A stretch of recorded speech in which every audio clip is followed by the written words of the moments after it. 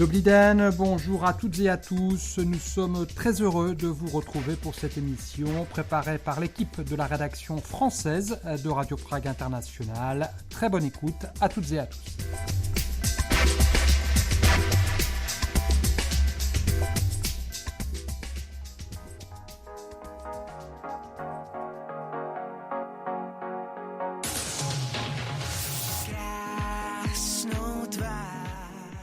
Bonne nouvelle pour les sportifs amateurs en République tchèque. Suite à l'assouplissement des restrictions annoncées par le ministre de la Santé lundi, une pratique collective en plein air est de nouveau possible, à condition de respecter une distanciation physique de 10 mètres. Jusqu'à 6 groupes de 2 personnes sont désormais autorisés à se rassembler sur un même terrain ou équipement de sport.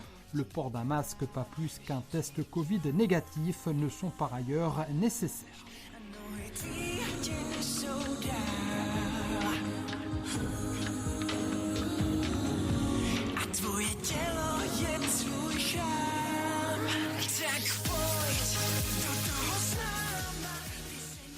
Avec le retour des beaux jours et l'amélioration régulière depuis désormais plusieurs semaines de la situation épidémiologique, le gouvernement a donc décidé de lâcher un peu de lest en autorisant de nouveau une pratique sportive collective en plein air.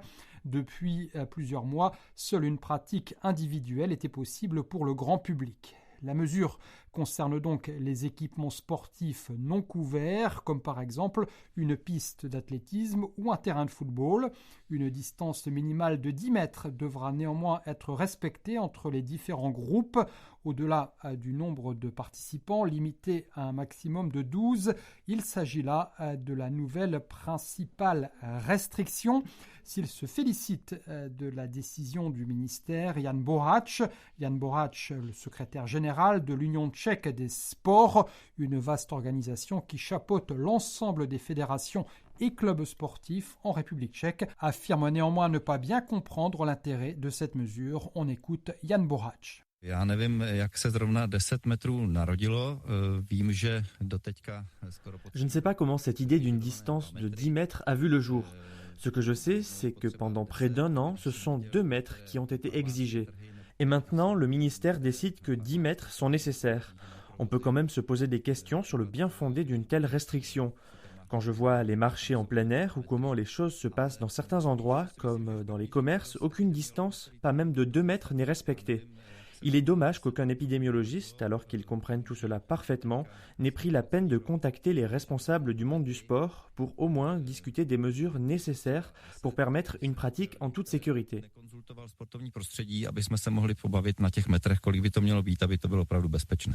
Pour l'heure, selon les strictes mesures sanitaires toujours en vigueur en République tchèque, les rassemblements restent limités en théorie à un maximum de 2 personnes, en intérieur comme en extérieur. Sur ce point aussi, la décision du ministère de la Santé constitue donc une avancée pour les sportifs amateurs, comme s'en félicite Jan Boháč, qui malgré certaines objections légitimes, préfère voir le verre à moitié plein qu'à moitié vide.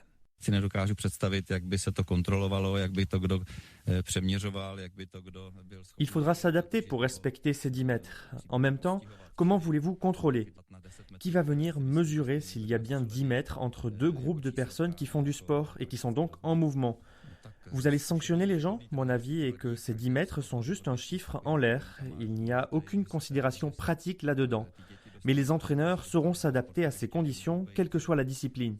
L'essentiel est ailleurs. Le plus important est que les enfants puissent reprendre une pratique sportive en plein air, sortir de chez eux, revoir leurs amis, échanger entre eux.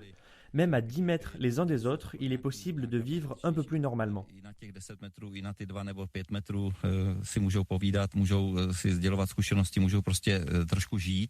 Outre le fait qu'elle ne lève donc pas l'obligation de veiller au respect d'une distanciation sociale et physique, cette évolution de la réglementation n'autorise donc pas non plus la reprise d'une activité sportive collective et de contact tels que pratiqués en temps normal. Les salles et autres établissements couverts et clos, comme les piscines, restent pour le moment fermés. Cette pratique demeure exclusivement réservée au public prioritaire, parmi lesquels notamment bien entendu les sportifs professionnels ou les sportifs de haut niveau. Sur ce point, les amateurs, et peu importe qu'ils aient des fourmis plein les jambes, doivent eux continuer à prendre leur mal en patience. Hello everybody, I'm Maxime, new educator from League 5 Academy. Today I'm here to do a fit food workout for you. Français installé à Prague depuis quelques années, Andrew Argent est le responsable de League 5. League 5, une association qui propose aux enfants diverses activités centrées autour du football, tout en leur faisant découvrir multiculturalisme et multilinguisme. À Thibaut Maillet, Andrew Argent a expliqué comment League 5 s'est adapté aux diverses restrictions appliquées depuis un an et comment il comptait s'adapter à leur assouplissement. Andrew Argent, comment recevez-vous ces mesures, un maximum de 12 personnes par groupe de 2, 10 mètres de distance entre chaque? Pour le foot, on imagine que c'est pas forcément évident. Oui, effectivement. Depuis le début de la pandémie, on a strictement, point pour point, respecté les mesures. À chaque fois, on s'est toujours adapté. Et effectivement, c'est très compliqué, surtout pour jouer au football. Donc ça veut dire qu'ici, pour les dernières mesures en place, la seule chose qu'on propose, c'est l'entraînement individuel, c'est-à-dire un enfant, un adulte, c'est tout. Et jusqu'à ce qu'ils ouvrent les nouvelles mesures à peut-être plus d'enfants ou plus de personnes, on avisera. Mais là, pour l'instant, leur recommandation pour jouer au football en groupe est compliquée. Donc, en fait, on garde un entraînement individuel avec un adulte et un enfant, c'est tout. Alors, dans ces entraînements individuels, vous les proposiez déjà avant ces nouvelles mesures ou ça va reprendre là avec cet assouplissement? Alors justement, en fait, on les proposait déjà depuis septembre, puisqu'on avait voulu essayer quelque chose, c'était nouveau pour nous. On avait toujours fait des entraînements de groupe jusqu'à ce qu'on ne puisse plus rien faire. On avait dit on va essayer des entraînements individuels. Donc on avait commencé effectivement en septembre 2020. Et jusqu'à aujourd'hui, donc on a continué en faisant des entraînements individuels, mais en s'adaptant. Ça veut dire qu'il y a eu des périodes, notamment la période septembre jusqu'à mi-décembre l'année dernière, on avait le droit de faire des entraînements avec un enfant, 2 enfants, jusqu'à 6 enfants, enfin jusqu'à 6 personnes, pardon. Donc ça faisait 5 enfants et un entraîneur, avec des distances de 2 mètres. Donc ça, on avait réussi à le faire. Par contre, effectivement, oui, c'est au niveau de l'académie en elle-même, sur les entraînements du dimanche matin, sur nos centres de loisirs, sur les anniversaires, on avait une grande demande quand même. Malheureusement, tout ça, non, c'est terminé. Et du coup, comment l'association se porte depuis un an? Est-ce que ça devient difficile? Est-ce que vous êtes quand même serein pour le futur? Alors serein, non. Je peux pas être serein puisqu'on est toujours dans l'expectation, c'est-à-dire on attend, on sait pas ce qui va se passer. Par contre, on fait. Ça veut dire qu'on essaye des choses, on s'adapte. On peut pas partir du principe où on va se plaindre et on va dire ça va pas et tant pis. Ça veut dire que sinon on aurait mis la clé sous la porte et au revoir. Et toutes ces familles, tous ces enfants qui sont contents de nos services, malheureusement ils n'auraient plus accès. Donc en fait on essaye. Ça pourrait toujours aller mieux. Ça peut toujours aller mieux. Par contre après je pense qu'on n'est pas à plaindre. Tous nos entraîneurs, éducateurs, parce que ce sont des éducateurs qui nous aident, sont tous en forme. Toutes nos familles vont bien pour la plupart. Donc c'est vraiment là l'essentiel. Après le reste, ça reste que du matériel et c'est pas trop un problème pour nous, on va dire. Est-ce que j'imagine que vous échangez avec les parents, peut-être avec les enfants également? Qu'est-ce qu'ils en disent et est-ce vous ressentez une demande de leur part? Est-ce que vous avez même pu ressentir une demande pour proposer du contenu en ligne quand c'était possible ou ce genre de choses? Une grande impatience, oui bien sûr. Dès lors où certains parents, surtout les plus volontaires, entendaient la moindre mesure d'assouplissement, hop, ils nous appellent, alors qu'est-ce qu'on fait? Donc effectivement, pour nous c'est toujours compliqué puisqu'on essaie de suivre à la lettre ce qui est recommandé. Donc ça veut dire qu'ici on leur dit qu'on va faire au mieux. Et effectivement, on n'a pas eu forcément de demande d'entraînement en ligne. Par contre, de nous-mêmes, on a proposé, c'est je pense que c'est un peu notre force, c'est toujours d'essayer d'être proactif, de proposer des choses. Donc ça veut dire qu'on a proposé nous-mêmes sur notre chaîne YouTube League 5 Kids Academy. On a mis en ligne une 50aine de contenus entraînement individualisés, ou peut-être par 2 ou 3, qui sont adaptés. Ça va des enfants de 3 ans avec des jeux très très ludiques de base, jusqu'à des personnes de 90 ans qui veulent jouer. Ça sert à rien, mais en tout cas voilà. On a mis en ligne sur League 5 Kids Academy, notre YouTube, une 50aine d'exercices que les parents peuvent refaire facilement dans leur jardin, dans un salon. Il n'y a pas de restriction sur ça. Combien de personnes vous accueillez durant des stages en temps normal? Alors c'est assez variable, c'est vraiment assez variable. Ça pouvait aller sur un dimanche matin, nos entraînements quotidiens, ça pouvait aller du 10 enfants par groupe à peut-être 15 enfants par groupe. Donc les groupes, c'est 3 ans, 5 ans, 6 ans, 8 ans, 9 ans, 10 ans et plus. Donc ça pouvait varier, hein. Ça pouvait être la météo qui va dicter tout cela. Ça veut dire que nous, on n'est pas un club, on est vraiment là pour les enfants, pour les familles qui veulent s'amuser le dimanche matin. Sur les autres activités, encore une fois, ça dépendait de la demande. On travaille beaucoup avec le lycée français, comme je suis français. Forcément, on avait des enfants du lycée français, donc voilà, c'était selon la demande. Parce que du coup, vous vous déplacez, vous avez aussi un terrain de base là où vous non, voilà, pratiquez. C'est ça, la problématique, c'est qu'on n'a pas de terrain. Le seul terrain qu'on a, c'est que nous le louons lorsque c'est ouvert. Et avec la pandémie, ils ont dû fermer, donc forcément, nous, pas d'accès. Et comme nous sommes proches d'un football de notre enfance avec l'académie, c'est-à-dire qu'on propose du football de rue. Je ne sais pas si vous connaissez, mais il y a la grande place du Stavité, là où il y a l'horloge. Il y a une grande place.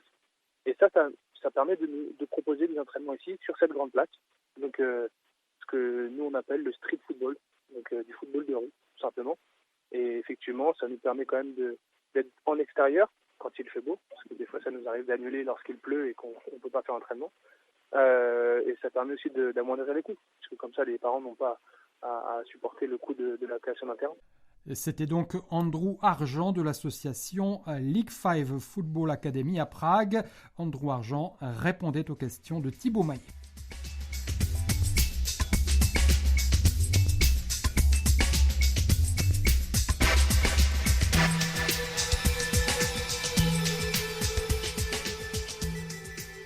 À l'occasion du Pražský studentský summit, en français le sommet des étudiants de Prague, des lycéens et des étudiants de toute la République tchèque se sont réunis en ligne, bien entendu, pour mimer le temps de 3 jours les réunions des plus hautes organisations internationales, de l'Union européenne à l'ONU en passant par l'OTAN. Ce sont plus de 300 jeunes Tchèques qui se sont pris au jeu de la diplomatie. C'est là un papier de Thibaut Maillet. Samedi 10 avril, 9h. La séance est ouverte. Les représentants des 27 pays membres de l'Union européenne ont pris place derrière leur écran et s'apprêtent à négocier les termes d'une décision environnementale.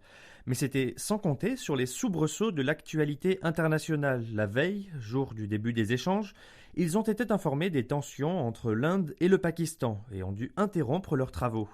Un flash d'informations est diffusé sur les écrans. Vítejte u mimořádného vysílání KTA. Dobré dopoledne.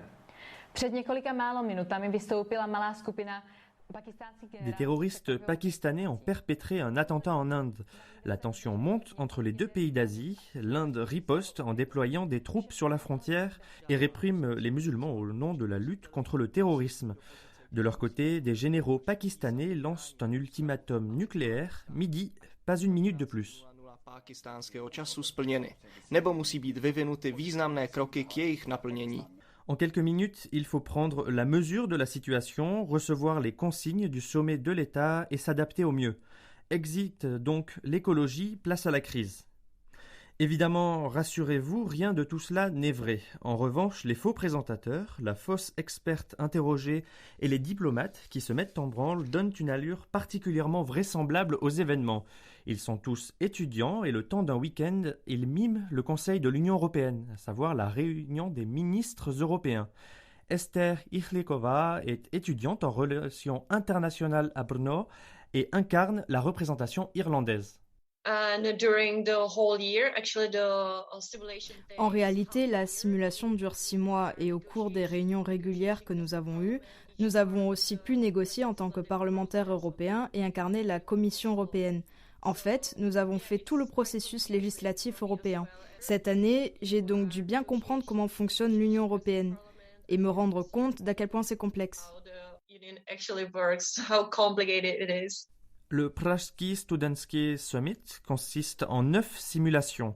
2 sont dédiées aux étudiants du supérieur, l'Union européenne et l'OTAN.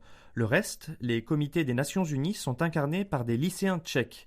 L'Association pour les affaires internationales organise depuis 1995 des simulations de négociations internationales. Aujourd'hui, plusieurs centaines de jeunes participent à l'événement dont le partenaire principal est la fondation de la famille Kellner. Karolina Oškerová est coordinatrice de l'événement. La plupart des lycéens et étudiants participent au sein de la simulation des Nations Unies. Ils sont moins nombreux au sein des modèles de l'OTAN et de l'Union européenne. Cela varie chaque année, mais on compte en moyenne entre 300 et 350 participants. Pour organiser tout cela, nous sommes une soixantaine de bénévoles répartis entre les différentes simulations. Nous ne faisons pas que cela d'ailleurs, il y a des activités à côté des simulations. Nous organisions des excursions à l'étranger avant la pandémie, des rencontres dans les ambassades, ce qui devrait avoir lieu malgré tout cette année. Nous avons des invités pendant chacune des séances de préparation mensuelles. Les voyages à l'étranger annulés ne sont pas la seule conséquence de la situation sanitaire. Alors qu'ordinairement les simulations ont lieu en personne, dans les locaux de la VŠE, l'école supérieure d'économie de Prague, cette année les débats se sont déroulés sur Zoom. Les prestigieux invités, dont le président du Sénat tchèque ou l'ancien candidat à l'élection présidentielle Pavel Fischer, intervenaient eux aussi par visioconférence. La vidéoconférence n'est d'ailleurs pas forcément l'outil le plus simple lorsqu'il s'agit de passer au vote en fin de négociation. Rakousko, teda? Tak já jsem proti, prosím. Belgie? Proti návrhu. Bulharsko? Proti návrhu. Chorvatsko? Pro návrh. Finsko? Proti návrhu. Esther Ichlikova voit malgré tout quelques aspects positifs au format en ligne. Yes, actually, it had to take place online. Certes, ce n'est pas aussi bien que si nous étions tous dans la même pièce, mais cette version en ligne fonctionne plutôt bien et je pense que tous les participants sont plutôt surpris que cela marche. Et il est plus flexible de négocier ainsi par message et en ligne que si nous étions dans la même pièce. Rather than if we would scream at each other in the present room. Pour compenser l'impossibilité de rencontrer le représentant d'un potentiel allié au détour d'un couloir, l'organisation a mis en place un système de salles de discussion informelles sur Zoom, de sorte à ce que les participants puissent échanger librement. Les messageries instantanées ont également tourné à plein régime durant tout le week-end. Si par la force des choses, les simulations ressemblent à s'y méprendre à de véritables réunions diplomatiques qui ont d'ailleurs également lieu en ligne en ce moment, selon la coordinatrice Karolina Oškerová, le réalisme n'est pas l'ambition principale de l'événement. Je dirais que même s'il est bien que cela ressemble à la réalité et que les participants jouent un rôle, ce n'est pas notre but principal. Nous nous présentons en premier lieu comme un projet éducatif, c'est certain, même si cela a l'air un peu ennuyeux. Donc je préfère parler de développement et de proposer un projet extrascolaire. En temps normal, je vous aurais également dit que notre second objectif est de créer une occasion de faire des rencontres. Mais en ligne, ce n'est pas impossible, mais c'est effectivement plus compliqué d'apprendre à connaître les autres étudiants. Máme, můžu hned mluvit, já jsem psal. Určitě máte slovo, byl jste... Preuve s'il en fallait une que le réalisme n'est pas forcément l'effet recherché, au sein du Conseil de l'Union européenne fictif, après 3 jours de débat, quelque peu dominé par l'Allemagne, les 27 se sont mis d'accord sur une déclaration vis-à-vis d'une crise pakistano-indienne, des mesures écologiques, la création d'un fonds de défense européen, la répartition de 5 millions de doses de vaccins et ont ouvert la voie à un élargissement vers les Balkans. Rien que ça.